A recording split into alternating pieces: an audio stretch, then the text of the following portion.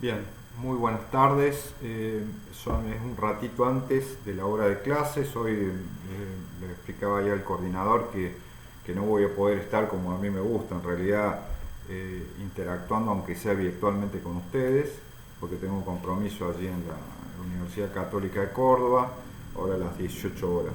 Así que bueno, por esa razón hoy, excepcionalmente, la clase va a ir grabada.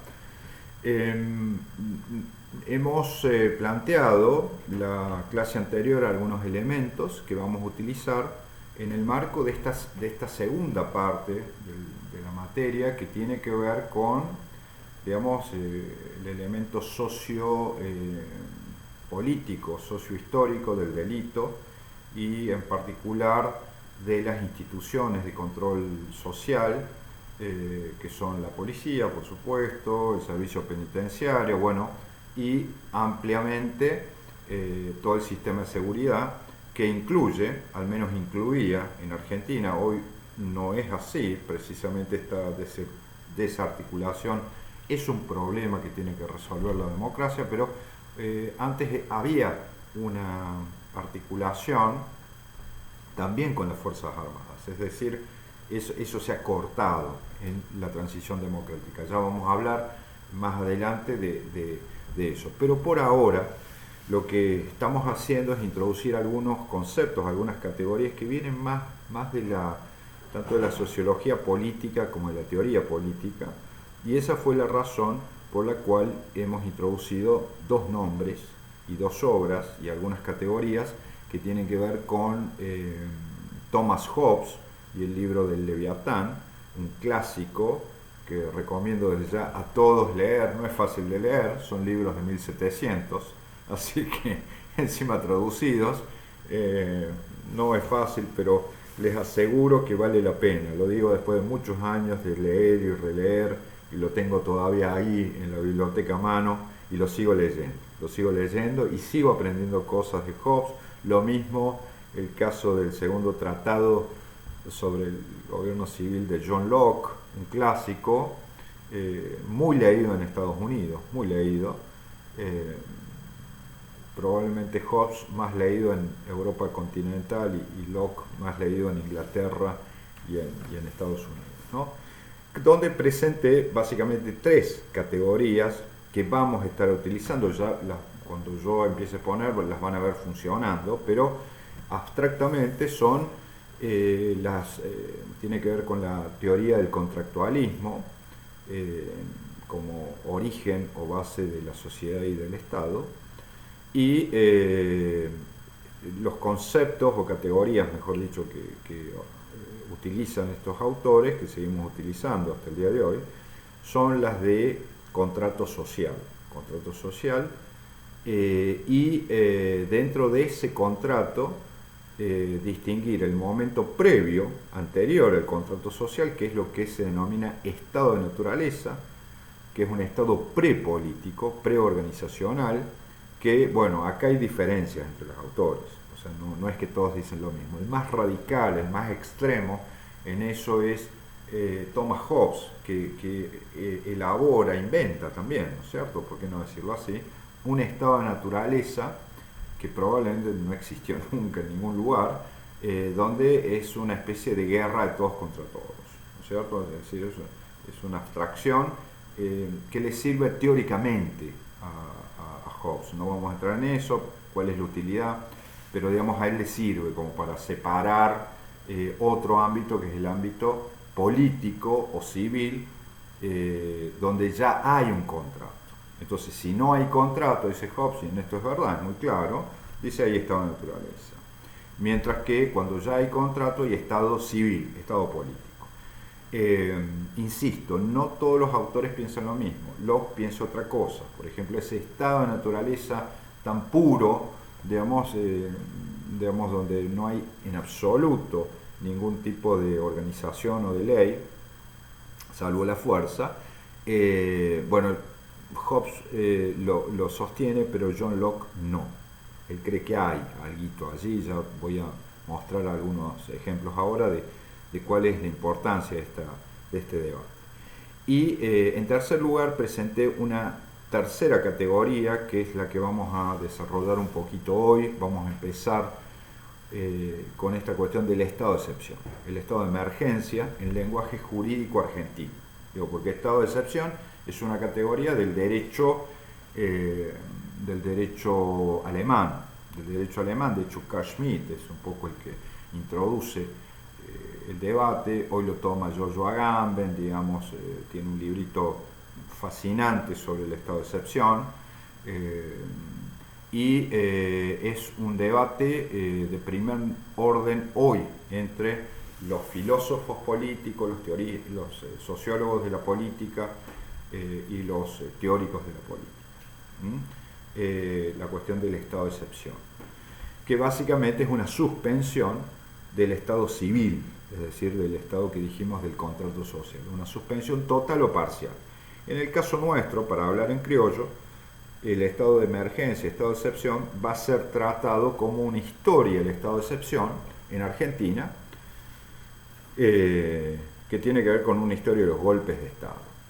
¿Y por qué la relación de la seguridad con los golpes de Estado? Por la sencilla razón que quienes van a protagonizar los golpes de Estado van a ser no solamente, pero digamos la parte visible, las Fuerzas Armadas, y en particular el Ejército, sobre todo en la primera etapa. Ya después, más adelante, se va a ir creando, por ejemplo, la Fuerza Aérea no participa del golpe en 1930 porque no existía, no había aviación. La naval tenía una función muy marginal en 1930, que es cuando es el primer golpe de Estado. La naval no figura, era solamente el ejército. Bien, entonces esa es, digamos, la primera parte que trató de introducir la clase pasada. Insisto, vamos a volver sobre esas cuestiones. No es que las vimos abstractamente y después no volvemos. No, vamos a volver permanentemente. Esta noción de lo prepolítico, lo político y el estado de excepción, que tiene una característica que a los teóricos de la política nos fascina, que es no es un estado de naturaleza, pero tampoco es un estado político en alguna medida, porque ya supone el estado civil, el estado político, pero por otro lado es parecido al estado de la naturaleza porque se suspende la ley, ¿no? Entonces esta nueva categoría es, al menos a mí, la que en los últimos años más me ha llamado la atención, y al menos para mí, modestamente, tiene un gran poder explicativo de muchos fenómenos, incluidos algunos, por no decir todos, de la actualidad. Eso ya lo vamos a ir viendo. Este es el objetivo de la segunda parte del curso. En alguna medida va a ser sobre la historia del estado de excepción, siguiéndolo a esto, inclusive a otro teórico de la izquierda, de la izquierda marxista, o no sé cómo llamarla. Sería el caso de Walter Benjamin, ¿no? Otro genio importantísimo en el debate actual y de los últimos, yo no sé, 50 años. Bien, dicho esto, ¿por qué? ¿A dónde apuntamos con eso? Vamos a apuntar a que había un sistema de seguridad donde estaban integrados, bien o mal, o vinculados, las Fuerzas Armadas y también las fuerzas provinciales, algunas más que otras, eso también es verdad, y eso se va a ver en los momentos de golpe de Estado, donde las policías pasan inmediatamente bajo control militar. Y de hecho, cuando uno ve, al menos aquí en Córdoba, quienes han sido los jefes de la policía, lo primero que hacían los golpes era, evidentemente, cambiar el jefe de la policía de la provincia. O sea que ahí de federalismo, todo eso no había nada. Simplemente se agarraba, se ponía un teniente coronel, qué sé yo, mayor de jefe de la policía, que respondía directamente, en el caso de Córdoba, al tercer cuerpo de ejército. En el caso de Rosario, el segundo; en el caso de Buenos Aires, el primer cuerpo, y se formaba un sistema, digamos, de excepción durante, ya vamos a ver cuándo fue la forma más perfeccionada de eso, pero en general ha funcionado así, sobre todo en la década del 60 y del 70.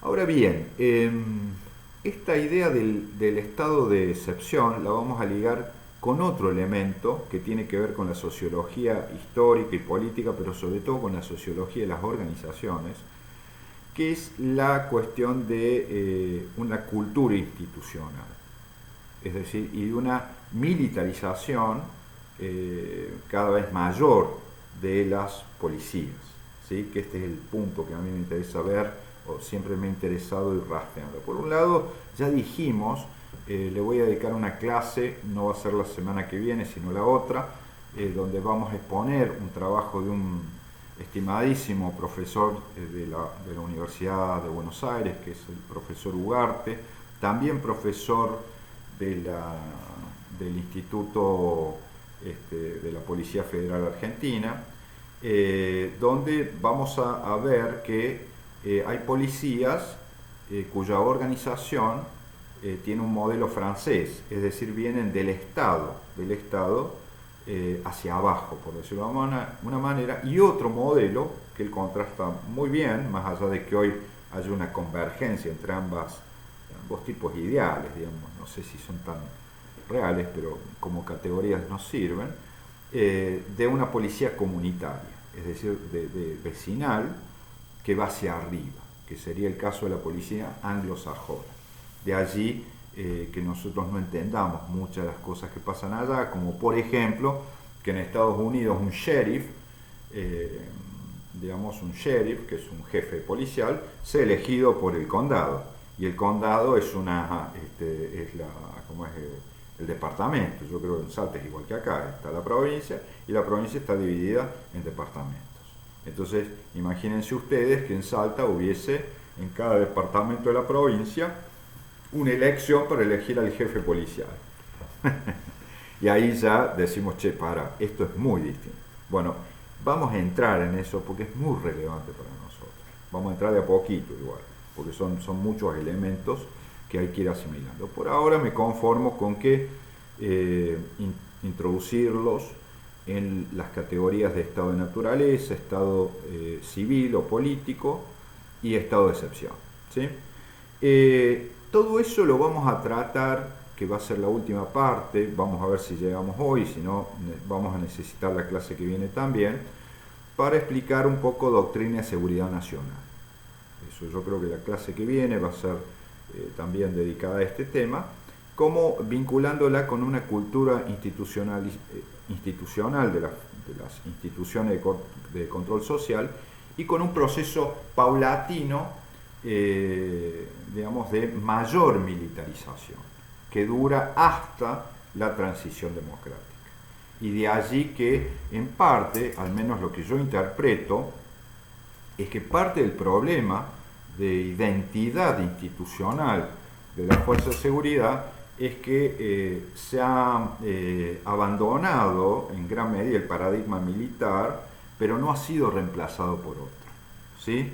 Y este es el tema que yo les voy a plantear también, como gran cuestión. Por eso insisto en que la democracia le debe a la ciudadanía y a sus fuerzas de seguridad también un modelo claro y un sistema coherente, lógico, entre las instancias nacionales, provinciales y ahora municipales, que no solamente que el tema es más, no se ha resuelto, sino que ahora cada día es más complejo, ¿sí? Entonces eso nos va a exigir, de cara a lo que viene, y esto se los digo a ustedes que están en actividad, ponerse un poco en autos de la cuestión, ir previendo que esto nos va a llevar muchos desafíos de cara adelante. La necesidad de recuperar un proyecto institucional, democrático, para las fuerzas de seguridad argentina, tiene que contar en esta nueva etapa, y yo soy un convencido de eso, con la participación de las propias fuerzas de seguridad. Yo creo que ya se pasó una etapa, al menos yo creo que socialmente ya está acontecida, ya está cumplida, y la ciudadanía hoy está demandando otras cosas concretas. Y en concreto, que no la roben, que no la maten, y si la roban, que las cosas se recuperen. Y si se descubre una banda, que se desarticule. y si matan a alguien que se meta preso a quien lo hizo. Es decir, hay una nueva realidad social que no todos están viendo. Pero yo creo que la policía, por estar en contacto permanente, por estar en la calle, sí la ve. Y de hecho, esto tiene mucho que ver, al menos en mi caso, con las conversaciones que tengo con mis estudiantes de la policía de aquí de Córdoba, la Gendarmería Nacional. Acá tenemos un cuartel importante en la ciudad de Jesús María, unos 30 kilómetros de Córdoba, y muchos de mis estudiantes que son gendarmes, que han sido formados para una cosa, están haciendo otra. Entonces digo, no quiero insistir, sería motivo de una conversación, si quieren posteriormente, encantado la tendríamos, de la actualidad, de lo que es la crisis de identidad de las fuerzas de seguridad, y que a mí me entrenan para una cosa y después me mandan a hacer otra, o no sé muy bien en qué consiste esto de ser gendarme, esto de ser policía, esto de ser soldado, ¿no? Como que no es tan claro eso. Y la democracia, por algunas razones atendibles, por supuesto, y antecedentes históricos que vamos a empezar a exponer hoy, se ha, digamos, no ha abordado el tema con la rapidez, la seriedad necesaria, ¿sí? Al menos, insisto, comparto una opinión que es mía y compartida por otros colegas, muchos, ¿sí? Dicho esto, esta larga perorata sobre la actualidad, volvamos a lo nuestro. Vamos a analizar un periodo de la historia argentina, de a poco, que va a tener que ver con una cultura institucional que nosotros genéricamente vamos a llamar el surgimiento de la doctrina de seguridad nacional. Y la vamos a contrastar más adelante con una doctrina de la seguridad ciudadana, que es en el que estamos ahora. Pero hay todavía elementos de ambas que se solapan, que están ahí mezclados, ¿sí? Porque algo queda también de lo anterior. Por lo tanto, esto va a ser un esfuerzo orientado a estudiar algunos rasgos de la cultura institucional de las policías de la Argentina, su fuerte vinculación con lo militar y su vinculación con la doctrina de seguridad nacional, que ya la clase que viene me ocuparé de darles los detalles, digamos, de dónde viene, qué tiene que ver la escuela francesa, qué tiene que ver la escuela norteamericana también, y cómo eso fue instalándose en Argentina, porque también hay elementos de orden interno. Es decir, la doctrina de seguridad nacional tiene componentes nacionales argentinos directos. No es que haya sido una cosa que viene de afuera y de golpe se adopta. No es así. De hecho, les voy a mostrar que durante el gobierno de finales del gobierno Onganía dura, y bueno, hasta el Cordobazo, ¿no? 1969, ya ahí cae, va a venir el gobierno, la dictadura de Lanusse, pero en el año, yo creo, 68, 69, lanza una ley, digamos, de seguridad nacional. Es decir, hay una ley escrita que la voy a compartir con ustedes en el campus virtual para que vean cómo la doctrina de seguridad nacional va a tener que esa ley de Onganía me parece que tiene una gran virtud, que es pone junto lo que viene dándose de hecho, es decir, trata de sistematizar, ordenar una serie de objetivos donde, por ejemplo, para que me vayan entendiendo en criollo, la cuestión de el desarrollo económico, que a su vez tiene que ver con el bienestar material de la ciudadanía argentina, pero el desarrollo económico encuentra una pata fundamental o una vinculación directa con lo militar. Es decir, yo no puedo entender, o mejor dicho, la doctrina de seguridad nacional argentina va a entender que el desarrollo económico es parte de la seguridad nacional. O sea, ¿qué tiene que ver? Ustedes dirán, las grandes represas hidroeléctricas, las obras de infraestructura, las autopistas, las carreteras, Somisa, Altos Hornos Zapla, toda esa cuestión, digamos, bueno, el desarrollo en energía nuclear, la tecnología aeroespacial, toda esa cuestión es enmarcada en el marco de dos fenómenos, que son primero la función del Estado y en segundo lugar la función del Estado y su vinculación con lo militar y lo económico, porque todo eso es como se va a asociar con las potencialidades, el desarrollo de las potencialidades económicas de la nación argentina. Entonces lo militar hasta la década del 80, o yo diría hasta la década del 70 y en particular yo tengo bastante estudiado esto, para mí eso se quiebra en el año 1970, no se quiebra con Onganía, se quiebra con Lanuse, y un cambio en la doctrina de seguridad nacional donde el desarrollo nacional se desvincula de lo militar, se desvincula. A ver, para hablar en criollo, esto tiene relación con el surgimiento de un liderazgo como el de Perón. Vamos a hablar de eso también. Perón, ¿qué era? Finalmente, un militar. Y con muchas ideas de desarrollo nacional, de industria, de clase obrera, todo eso estaba en el ejército, ¿sí? Entonces vamos a entrar en una dimensión de la historia donde a veces, digamos, por dejar de lado lo militar, por el trauma social que eso va a generar por la última dictadura, eso nos ha hecho olvidar la realidad histórica y de cómo lo militar ha sido una de las claves para interpretar la historia argentina. Bueno, vamos a entrar un poquito en ese tema, nosotros no tenemos problema en tratarlo, y ojo, no sosteniendo que haya que remilitarizar o que haya que militarizar las fuerzas de seguridad.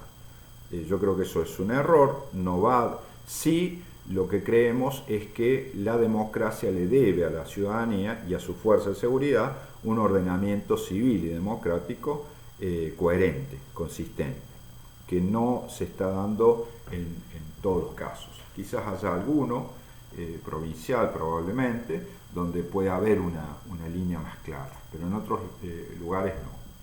Por lo tanto, este es un poco el sentido de esta segunda parte, donde vamos a empezar a analizar la doctrina de seguridad nacional. Para ello, les presenté un concepto, una categoría que es el estado de emergencia o estado de excepción.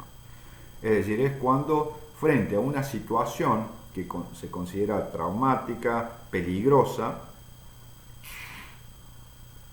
se entiende, y acá viene la gran peligrosidad de esta categoría, se entiende que se pueden suspender el Estado de Derecho. Y acá viene la cuestión. Toda la historia de los golpes de Estado que voy a empezar a mencionar hoy en Argentina, la noción de golpe de Estado es una suspensión total o parcial de la Constitución. Eso implica una suspensión de las garantías constitucionales. Precisamente la noción de seguridad nacional se contrapone a la noción de seguridad ciudadana, porque precisamente la noción de seguridad ciudadana supone que no se debe ni se puede suspender las garantías constitucionales de la población. ¿Se entiende por dónde vamos? Porque es por ahí donde está la cosa. Es por ahí estamos hablando de cómo se está discutiendo a nivel internacional esta cuestión. Para que me entiendan, porque dice, profe, pero ¿para qué nos hace leer Hobbes? Bueno, esta es la razón. ¿Tiene que ver con la realidad? Sí, tiene mucho que ver, aunque no parezca. Yo de todas maneras quería mostrarles, también ahí les subí un artículo de comparación entre Hobbes y Locke, que ya lo tienen en el campus virtual, que les va a ayudar un poquito con esto, ¿no es cierto? Como para tener una somerísima idea de ambos pensadores, y a mí me gusta que lean las fuentes, no solamente que se queden con las clases o algún comentario por ahí, sino eventualmente también les publico fragmentos de la obra de estos autores para que hagan la experiencia de leerlos, ¿sí? Ya vamos a ver, tengo pendiente 2 o 3 controles de lectura que ya vamos a hacer. Bien, dicho esto, voy a empezar por plantear la historia del estado de excepción en Argentina, ¿sí? El primer punto que hay que tener en cuenta, esto ya es histórico, es los golpes más importantes que han habido en la historia argentina. Tiene que ver el primer golpe de Estado, que es 1930, Uriburu, que va a derrocar al gobierno de Hipólito Yrigoyen. Eso va a dar lugar a lo que en la historiografía argentina se conoce como la década infame, que es la década del 30. De ahí viene el tango Cambalache, Mordisquito como personaje popular, digamos una serie de movimientos. La década del 30 es, bueno, también empieza aunque parezca mentira, la industrialización se acelera, porque a partir de una crisis mundial, que va a ser la primera gran crisis, el crack del 29 en la bolsa de capitales de Nueva York, Argentina cumple una etapa histórica de su historia económica en donde deja de ser agroexportadora, que había sido el gran éxito económico, esa Argentina que muchos tienen nostalgia, de poca gente y mucha plata y de mucha inmigración europea, no latinoamericana. Esa Argentina ideal, de muchos, era una Argentina agroexportadora, ¿sí? Que es la que crea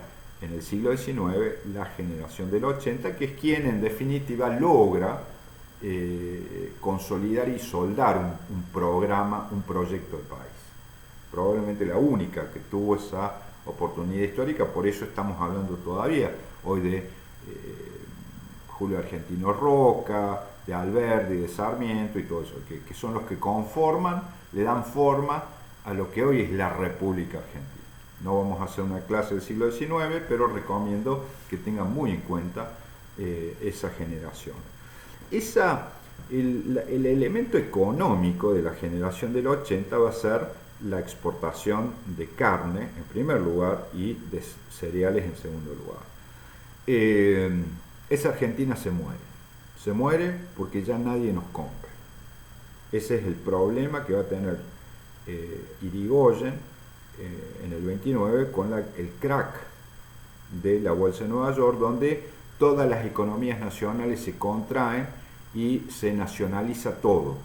Inglaterra, que era nuestro principal cliente, se cierra, deja de comprarnos, y inclusive sus dominios, crea una especie de comunidad económica que es el Commonwealth, ¿sí? Con Australia, con Sudáfrica, con Nueva Zelanda, que son dominios británicos, y ahí digamos, se había tomado el trabajo ya de ir sustituyendo las fuentes de suministro de cereales y de carne. Por lo tanto, está en condiciones Inglaterra de prescindir de Argentina, y de hecho prescinde. De ahí viene también la famosa cuestión del pacto Roca-Runciman, donde se firma ese tratado donde Argentina hace concesiones enormes a cambio de, como rogándole a Inglaterra que nos siga comprando algo, y eso va a generar un gran problema a nivel interno, porque van a estar los hacendados que se salvan y se pueden seguir en el negocio, diríamos, y los que no se salvan. O sea que eso va a también ser una grieta al interior de la clase alta argentina. No estamos hablando ya de la muchachada o de la clase media o de la clase obrera industrial. No, estamos hablando de la clase alta argentina, que también se divide. Es decir, la cosa se complica feo. Y también empieza el proceso, se va acelerando por esa falta de divisas, un poco lo que nos está pasando hoy en día, que es lo mismo, les aviso, nos están faltando dólares, entonces lo vemos al ministro que está ayer estaba en Washington, haciendo lo mismo que ha hecho siempre, es parte bienvenidos a la Argentina. Sigue siendo igual eso. Parece mentira, pero es así. Un poco dramático, un poco triste, pero bueno, podríamos dar una clase sobre ese tema, pero hoy en día estamos en una situación mucho menos grave, pero de la misma naturaleza. Dólares es lo que le faltó a Irigoyen en 1929, con el crack. ¿Por qué? Porque no podemos venderle nada al extranjero. Es una crisis de balanza de pagos, llaman los economistas, ¿no? Bueno, ese va a ser el detonador donde la clase alta argentina, hacendada, agropecuaria, apoyada por el ejército argentino, porque no se olviden que cuando vemos la historia del ejército argentino, tiene que ver con las guerras de independencia, y los ganadores de la guerra de la independencia, entre los cuales hay familias patricias y todo eso, son los que a su vez integran el ejército argentino. Eso es una sola clase, por decirlo de alguna manera. Sería interesante, ahora que lo pienso, hacer una clase sobre el siglo XIX, pero los apellidos de los jefes de granaderos a caballo, de la época que lo forma San Martín, son familias patricias de Buenos Aires, ¿sí? Entonces ahí hay un tema sociológico de vinculación entre el ejército y en esa época. Después eso va a cambiar absolutamente, pues ya con la inmigración, ¿qué puede tener? A ver, Leopoldo Fortunato Galtieri, un italiano, pero desde acá hasta acá. ¿Qué puede tener con las clases patricias argentinas de la guerra de independencia? Nada. O sea que en ese sentido el ejército mismo va a ir cambiando sociológicamente. Este es un gringo que no tiene nada que ver con un Soler, que es uno de los lugartenientes de San Martín en Maipú y en Chacabuco, o con la familia Álzaga de la provincia de Buenos Aires, o con un Juárez Selman de Córdoba. Bueno, en Salta saben mucho de esto de las familias patricias y todo eso, que les voy a contar yo a ustedes. Pero digamos, bueno, ahí hay temas de orden sociológico también, económico, sociológico y también cultural. Pero lo que voy es a lo siguiente. Las clases altas van a ver en riesgo su negocio también agroexportador, del cual viven y que le ha dado prosperidad a ellos y a la Argentina, y ha posibilitado que la economía argentina haya sido una de las más importantes del mundo en ese momento. Eso es verdad, más allá de que si hacemos una radiografía al interior de la Argentina, y bueno, vamos a encontrarnos con toda una realidad de los peones de campo, de la inmigración interna, de los asalariados, digamos que no es tan idílica, Pero bueno, eso sería, insisto, otro tema.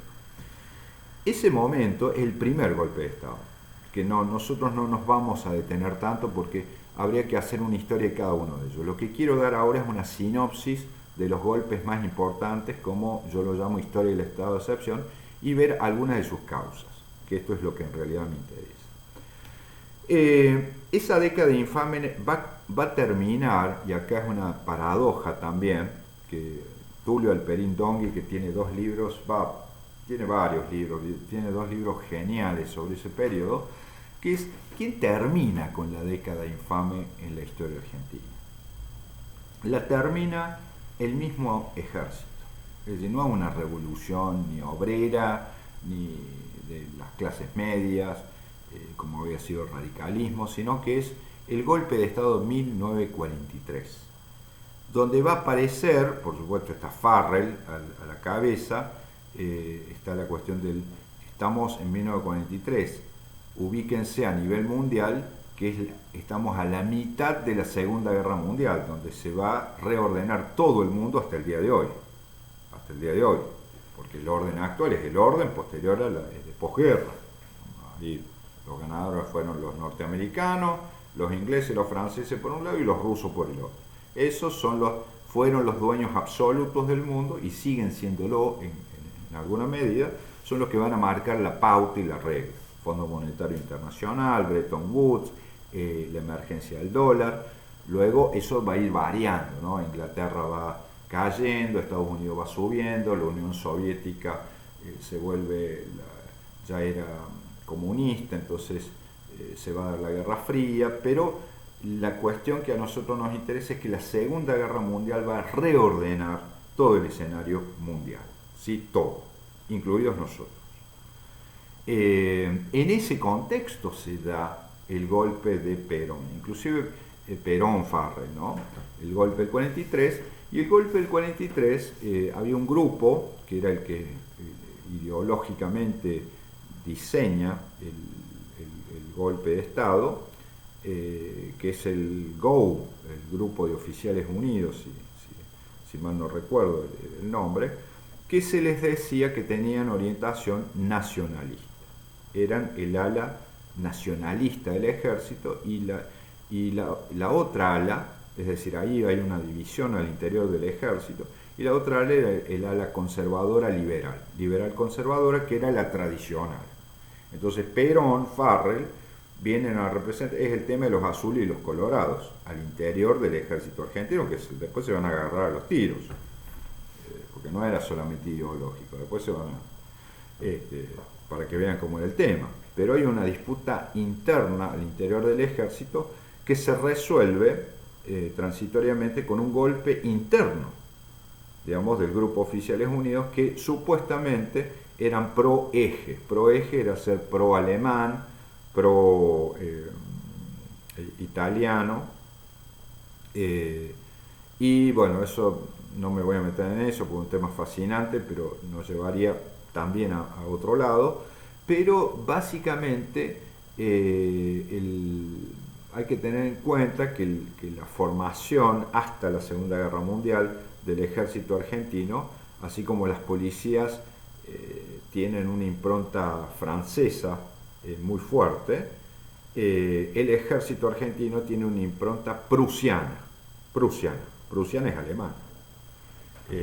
Así que digamos, eso también se va a desprusianizar el ejército una vez que termine la Segunda Guerra Mundial, y los uniformes, por ejemplo, los soldados argentinos hoy son, si uno ve un uniforme norteamericano de la Segunda Guerra, es del mismo estilo, el casco es igual, qué sé yo.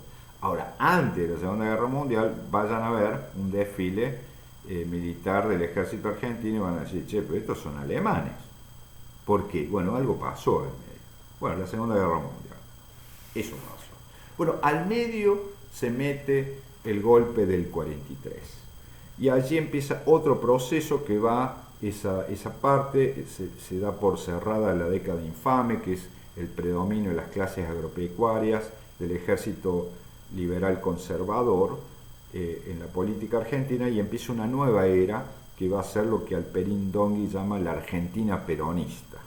Es decir, la Argentina peronista se da en el año 45, 2 años después del golpe, y allí tiene que ver con la cárcel de Perón, bueno, Martín García, la historia que ustedes ya conocen, que la gente sale con Cipriano Reyes, ahí de la zona sur del conurbano, lo que eran los frigoríficos. O sea, si acá la industria, la gran industria, era la carne. Entonces, obviamente, los frigoríficos, los puertos, todo eso, ahí estaba la cosa. Entonces, no casualmente, eso es Quilmes, digamos, ahí al sur del conurbano bonaerense, ¿no? Bueno, de ahí van las masas, lideradas por Cipriano Reyes, los obreros, y evita Perón, por otro lado, agitando en la capital, ¿no? Pero el 17 de octubre va a ser para el peronismo un acto fundacional. Es el pueblo el que pide la libertad de Perón. Y emerge un nuevo actor en la sociedad que sigue hasta el día de hoy, que es el pueblo. El pueblo que no era muy relevante en el siglo XIX, la política era más bien un tema de élites, de clases altas, donde de vez en cuando se armaba una escaramuza, pero era sobre todo entre ellos. Ya acá no, sociológicamente se va a dar un punto de quiebre en la historia política argentina, en el cual seguimos hasta el día de hoy. Bien, pero este no va a ser el final, todo lo contrario. Ese gobierno peronista, que después va a ser reelecto, termina con otro golpe, que es la Revolución Libertadora en 1955. ¿Sí? Aramburu va a ser un poco que después, recuerden ustedes que Aramburu va a ser secuestrado, juzgado y fusilado por por lo que va a ser la agrupación Montoneros en 1970. Es decir, el paso a la política de una agrupación desconocida como era Montoneros se da a partir del juicio y el fusilamiento de Aramburu, que había sido el que había derrocado al peronismo, una especie de justicia histórica o de venganza histórica, ¿sí? Al menos en el imaginario político argentino o de las clases populares argentinas, ¿sí? Para que vean cómo la cosa se va manejando. Ese es el golpe del 55, la Revolución Libertadora, y yo ahí, bueno, ahí al medio hay, ya, bueno, no nos vamos a poner a hablar de historia, pero ahí al medio va a estar Ilía, después ya hay, pero siempre hay una custodia militar, o sea, lo dejan que sea Ilía, después viene Frondizi, después lo derrocan a Frondizi, en la década ya del 60, en fin, va a haber una gran inestabilidad en ese momento, donde las Fuerzas Armadas, lo que yo llamo el partido militar, va a ser el custodio, el que va a ordenar, digamos, el proceso político. Y esa parte termina en el golpe de 1966, que es la Revolución Argentina de Juan Carlos Onganía, que representa un poco, no mientras que Aramburu, representa el retorno del ejército, digamos, liberal conservador en alguna medida, que no es exactamente así, pero insisto, no me quiero meter tanto porque si no nos vamos a ir otra vez del tema, pero sí Onganía pretende representar un ala nacionalista y con una impronta religiosa como es el nacionalismo católico. En ese sentido, digamos, Onganía es un cuadro digamos, donde el tema religioso es muy importante, ¿sí? Católico. Hay una idea de descatolización de la cultura occidental en general, no solo argentina. Entonces ya ese elemento se toma en cuenta. Bueno, luego ya vamos a considerar al medio, bueno, el cordobazo va a dar fin al onganiato, luego viene el anuse, y luego el golpe el último golpe, que es el más, digamos, inclusive importante por sus alcances, que es el de 1976. Sobre eso nos vamos a abocar la clase que viene. Vamos a ver si llegamos un poquito a esta clase, pero sobre el golpe del 76 y un poquito Onganía, es el artículo de Guillermo O'Donnell que se llama El Estado Autoritario en el Cono Sur y las Fuerzas Armadas. ¿Sí? Ese artículo está publicado en el campus virtual y vamos a hacer un control de lectura sobre eso, pues es muy importante ese artículo.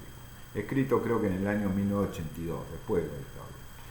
Bueno, en definitiva, este es, digamos, el cuadro, es lo que yo llamo groseramente una historia del estado de excepción. Es decir, Argentina ha vivido en estado de excepción prácticamente hasta el año 83,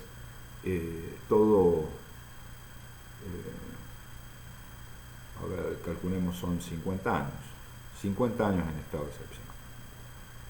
Decir que estamos en estado de excepción es decir que no predomina el Estado de Derecho. Esto es lo que quiero que entiendan bien.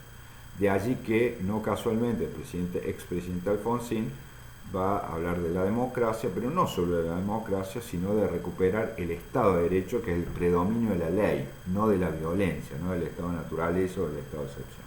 ¿Sí? Este es el tema político, sociológico y político. La cuestión de la violencia o la ley. Por lo tanto, Alfonsín va a creer ya desterrado el estado de excepción, pero es aquí que el estado de excepción va a volver, pero con nuevas formas. incluido algunas peores. ¿Por qué? Porque fíjense que Alfonsín no termina su mandato.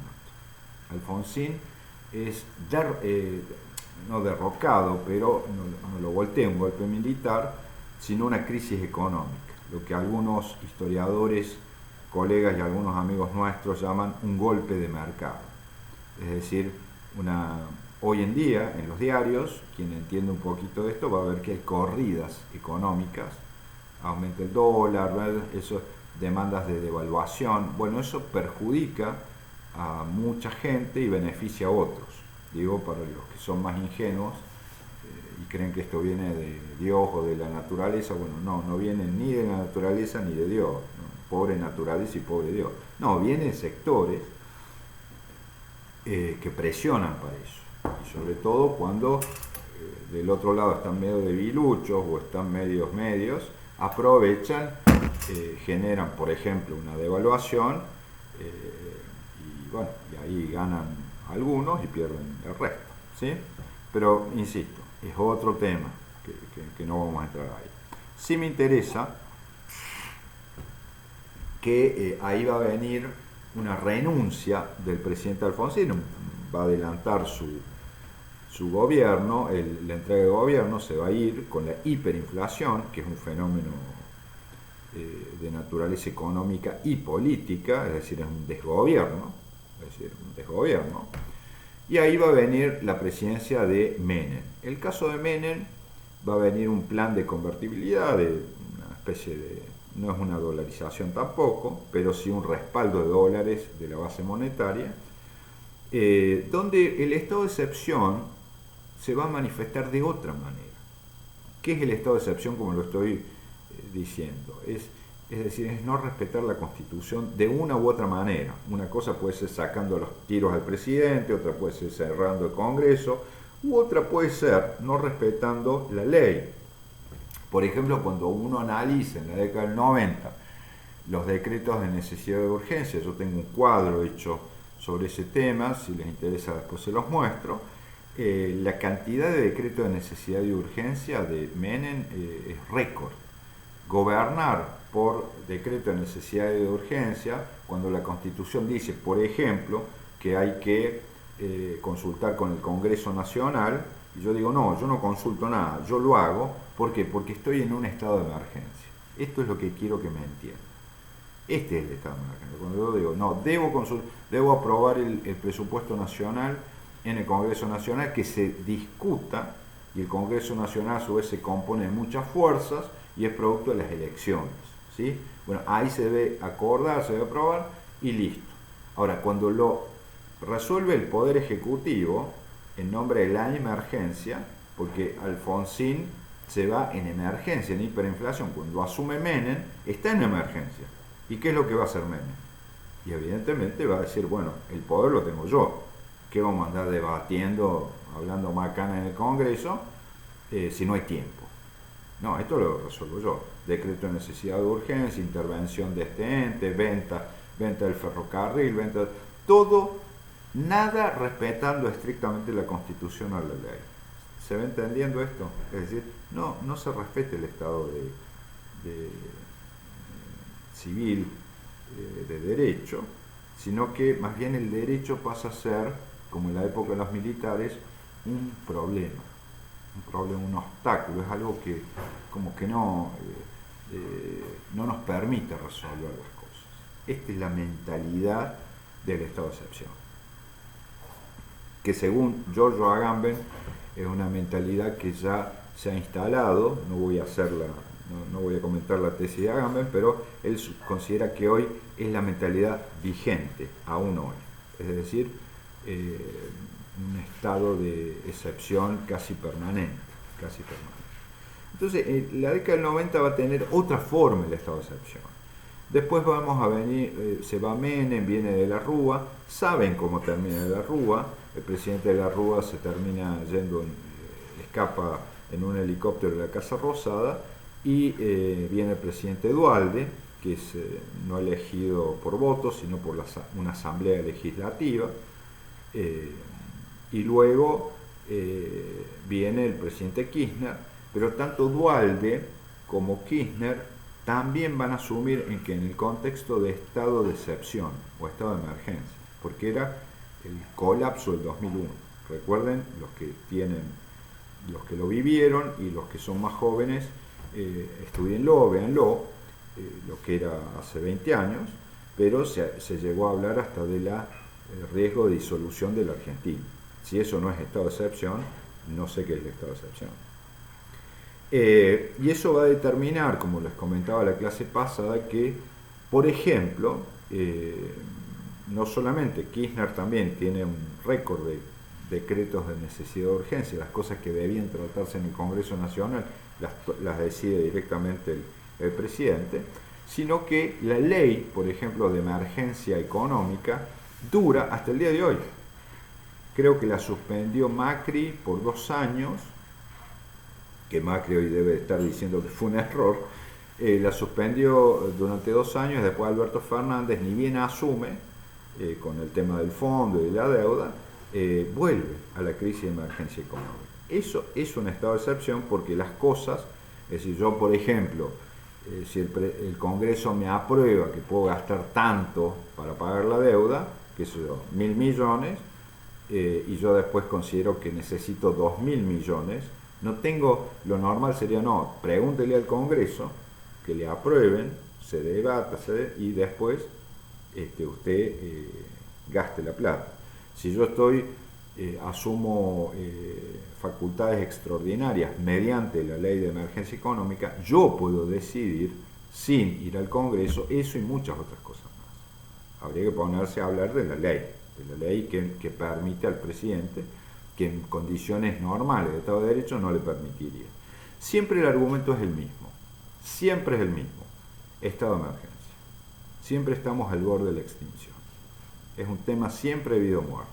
Entonces, esto es lo que quiero ir instalando, porque la tesis que radica detrás de esta reflexión que les estoy haciendo es la tesis de Giorgio Agamben, que el estado de excepción es una forma de gobierno.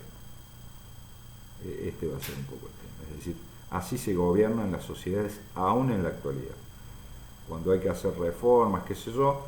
Y por el otro lado tenemos la parte buena, sería, del sistema, que es la parte del voto y la democracia, que esos son los buenos, ¿no es cierto? Pero eso, lo mismo que la ley, es un problema cuando hay que tomar decisiones. Entonces el tema es cómo saltar todos esos riesgos, ¿no?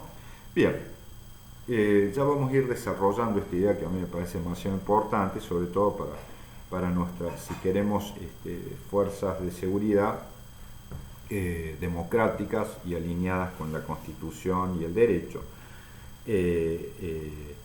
Digamos, es importante que vayan comprendiendo estos antecedentes de la historia argentina y de dónde venimos. Bien, vamos a ver ahora, en esta última parte de la clase de hoy, de dónde viene también este problema, o cómo se contradice, en definitiva, o mejor dicho, qué tiene que ver la democracia con el estado de excepción. Esto es un tema muy amplio, muy difícil, pero y que tiene muchos arietes, pero yo voy a tomar un elemento que es, digamos, la ampliación que se va dando en Argentina desde el siglo XIX hasta el mediado del siglo XX, de los votantes. Es decir, voy a hablar de democracia, la voy a relacionar con la voluntad de los votantes. ¿Y quiénes pueden votar? Porque el sistema argentino constitucional del siglo XIX es un sistema donde no todos pueden votar. Es decir, Alberdi, por ejemplo, cuando hace las recomendaciones para elaborar la Constitución después de Caseros, dice que no hay que darle libertad política a todos, sino solamente a algunos. Lo que hay que dar para todos, dice, es genial esto que dice en cuanto a la lucidez de Alberdi. Él dice, no, lo que hay que dar a todos es libertad civil. Ahora voy a explicar qué es libertad política y libertad civil para Alberdi. Fíjense lo que dice Alberdi. Dice, libertad civil es libertad, por ejemplo, de ser propietario, tener negocios, comprar, vender, tener depósitos en el banco, tener garantías constitucionales. Es decir, la nueva constitución del año después de Caseros, que es la de 1853, debe garantizar los derechos civiles. ¿Por qué? Porque eso va a atraer al inmigrante. Entonces el inmigrante va a venir acá a trabajar y va a saber que el Estado argentino preserva su propiedad. Y si gana plata, se la va a guardar en el banco, nada, todo bien. Entonces dice, esa es la única manera que tenemos nosotros de competir con quién, con Estados Unidos. Y John Locke, el Estado norteamericano hace eso, los atrae y les dice, bueno, che, ustedes se van al oeste, van a California, en una de esas los matan, pero si no los matan y se agarran a una tierra y producen, el Estado los va a ayudar y les va a cuidar su propiedad, les va a mandar la caballería y a Rin Tin Tin para que les cuide sus cosas, ¿sí? Este es el debate. Entonces Alberdi muy inteligentemente dice libertad civil para todos porque quiere atraer inmigración, porque él consideraba que el mal de la Argentina era el desierto. De ahí la famosa frase de Alberdi que gobernar es poblar, y poblar es mediante inmigrantes. Y por otro lado, de paso, el inmigrante europeo le resolvía al gobierno del siglo XIX el tema de andar lidiando con la cultura del criollo argentino. Que el criollo argentino no quería trabajar, el criollo argentino tenía otra ética, mientras que el migrante, que él quería que fuese inglés, pero bueno, por lo menos europeo, ya venía con esa ética del trabajo a la Argentina. Y era lo que pretendía la generación del 80. ¿Sí? Entonces, en lugar, el cambio se iba a dar también por un cambio hasta étnico en la población. O sea, la población argentina debía ser una población blanca, europea, para ser parecida a Estados Unidos. ¿Sí? Esa es. Alberdi lo dice con absoluta honestidad. Y el criollo, y que se adapte o desaparezca. ¿Sí? El criollo, el indio, todo. Bueno, ese es otro tema. Tampoco vamos a entrar ahí. Ahora bien, la cuestión, ¿quién tiene libertad política? Dice Alberti. Y esto es fascinante. Libertad política tiene el que participa del debate de hacia dónde debe ir el Estado, es decir, la comunidad, en la toma de decisiones importantes. Es decir, cómo se arma un presupuesto, en qué se gasta el dinero, a quién se le piden los impuestos, si se declara una guerra o no, si se construye una autopista o no. Todo eso son decisiones que afectan a todos. Eso es lo público político, ¿no? El tema es que en el siglo XIX se consideraba que solo como esto es tradicional, esto viene de los griegos, los romanos, los medievales, toda Europa durante hasta el siglo XX prácticamente, donde no todos eran ciudadanos, eran solo, y en el caso argentino, ciudadano era lo que se conocen como los notables. Es decir, no había voto universal. ¿Quiénes podían votar? Dice Alberti. Bueno, mire, solo pueden votar aquellas personas que tengan la calificación o las cualidades para ocupar los cargos para los que quieren votar. Traducido en criollo, si usted quiere votar para presidente, y para ser presidente usted tiene que tener tanto nivel de renta o propiedades, ser nacido en Argentina o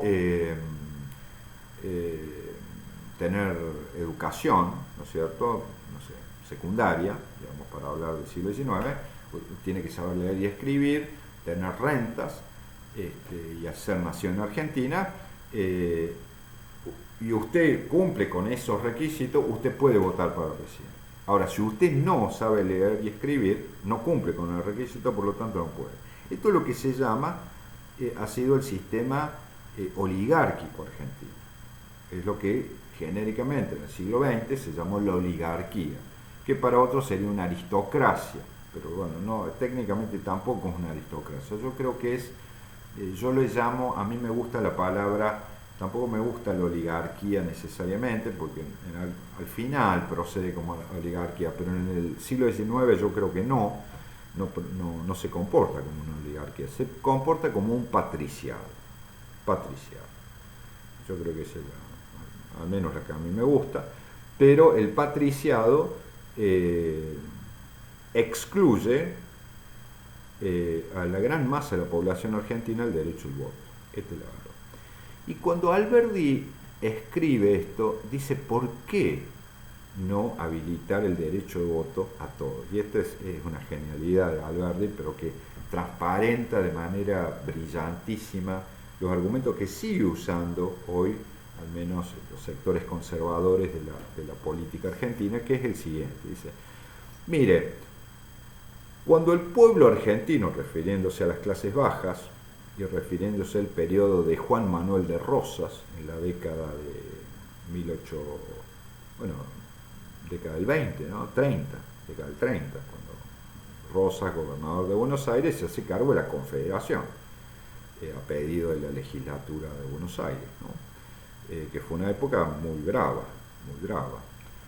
pero viene después de la anarquía que produce el proceso, la guerra de independencia. Entonces Rosas, que es una especie de señor todopoderoso, la suma del poder público, reúne en sí, hoy llamaríamos un sistema totalitario, más allá que técnicamente no era posible el totalitarismo, porque no había manera de controlar, la Argentina era muy grande, ¿no?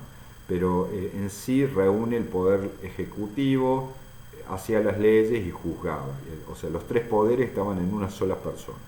De ahí viene que la Constitución del 1853, yo la llamo el nunca más a Rosas, y está prohibido, con pena de infame traidor a la patria, esto es hoy en el texto actual, la concentración de los tres poderes en una persona. Eso es Rosas, para el que no conoce mucho o el que está medio despistado, bueno, hay que avisar. Es decir, no, Alberdi está pensando en un nunca más a Rosas. Y él dice, porque cuando se le dio poder de voto o libertad política, ¿qué es el voto? Libertad política, ser candidato también, ¿no? Poder llegar al gobierno y tomar decisiones, no solo el voto, pero esa es la libertad política.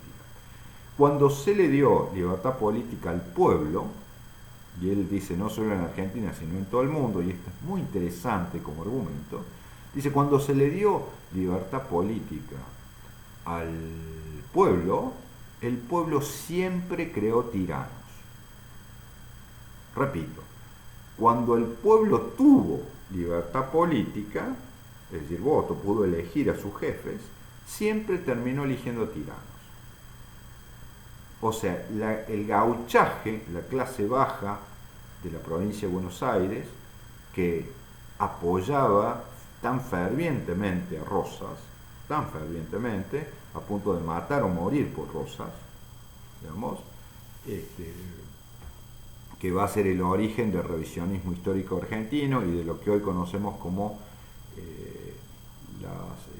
el enfoque nacional popular, ¿no es cierto?, que no es el enfoque liberal conservador, es la otra línea política, historiográfica o de interpretación histórica argentina, digamos, es decir, Alberdi transparenta muy bien la posición de la línea liberal conservadora. Dice, no, voto para todos no, sobre todo los pobres, los que no saben escribir ni leer, nada de eso, no, porque esa gente crea tiranos. Este va a ser el mismo argumento que va a ser utilizado en contra de Irigoyen, Hipólito Yrigoyen, en 1930, y luego en contra de Perón en 1955, y luego en contra de Isabel Perón en 1976. Es decir, la relación de las clases altas argentinas y digamos de nuestro patriciado, por ponerle un nombre benévolo, o nuestra oligarquía, es una relación de profundo desprecio y desconfianza, ¿sí?, hacia la libertad política de los más pobres. No son confiables. Y esto es tradicional en Occidente. Yo no quiero cargar las tintas solamente sobre el patriciado argentino. Es decir, en Europa era así, salvo donde no fue así, que esto lo dice Natalio Botana, dice, y fue el gran acierto, probablemente histórico, donde no hubo esta desconfianza aristocrática, digamos, con la muchachada, es en Estados Unidos. Y Botana, comentando a Alberdi, Natalio Botana, en un libro muy, muy bueno que se llama El orden conservador, para mí el mejor libro que se ha escrito sobre la generación del 80, al menos que yo haya leído, dice, Alberdi tuvo muchas virtudes, pero tuvo un defecto que no tuvieron los constitucionalistas norteamericanos, que es Alberdi subestimó la igualdad, la demanda de igualdad que iba a venir de la mano de la modernización.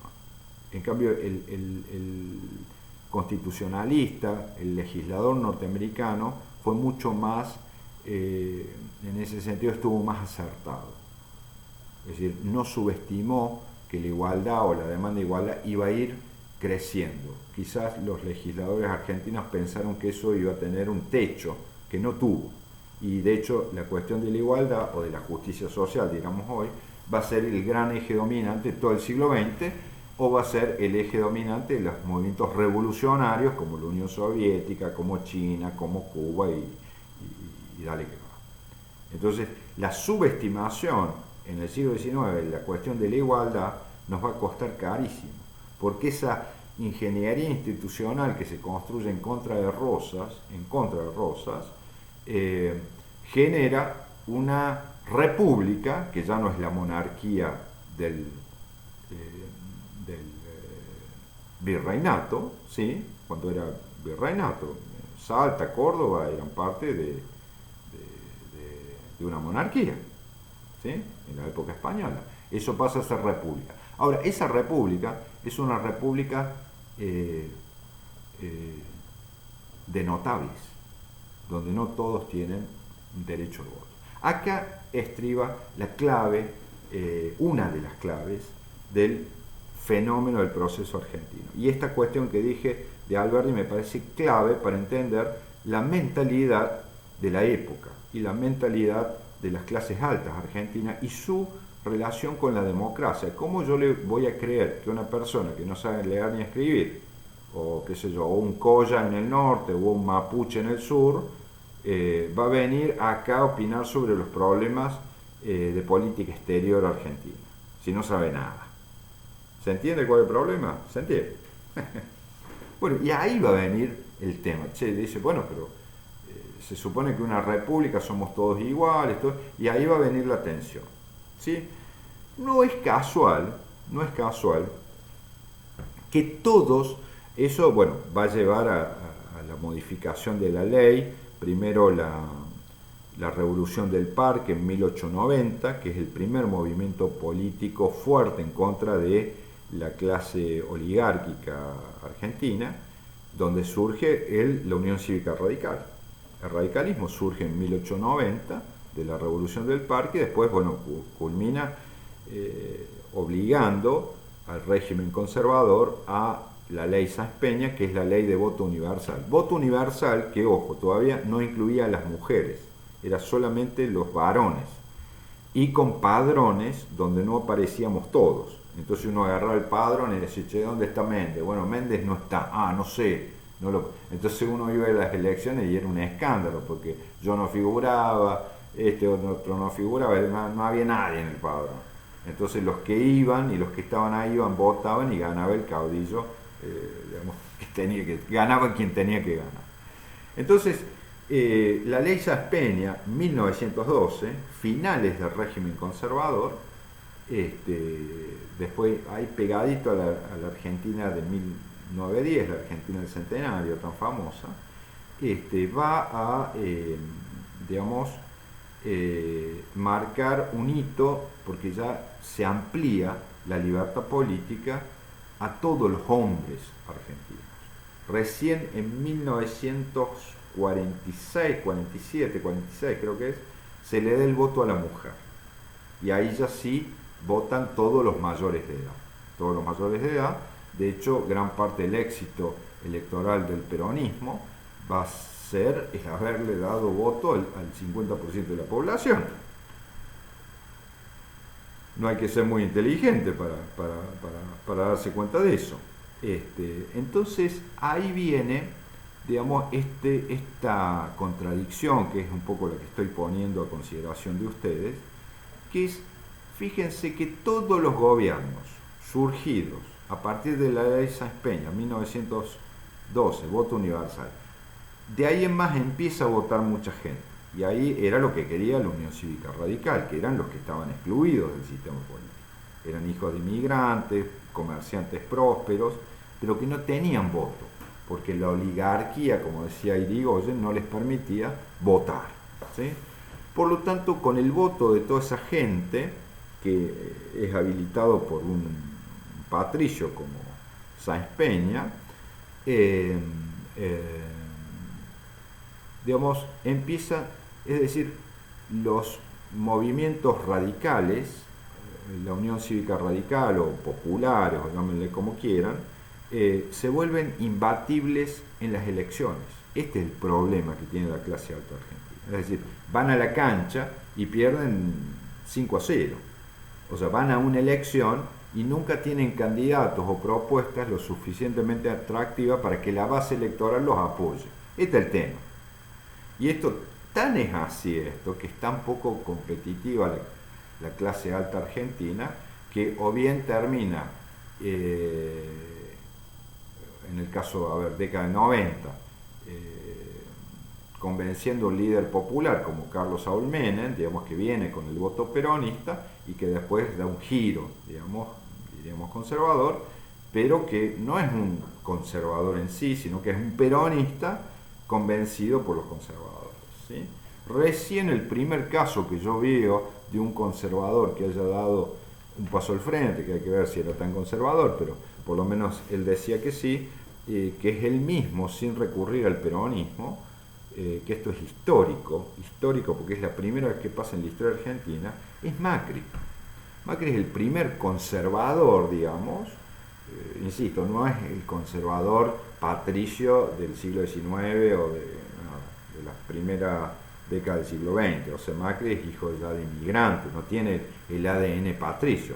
Sin embargo, es hijo de un empresario muy importante, importantísimo, de los más importantes que ha tenido la Argentina en los últimos 50 años, digamos, perteneciente a la burguesía argentina, que gana las elecciones sin apoyarse en el peronismo, ni cooptar el peronismo o el radicalismo.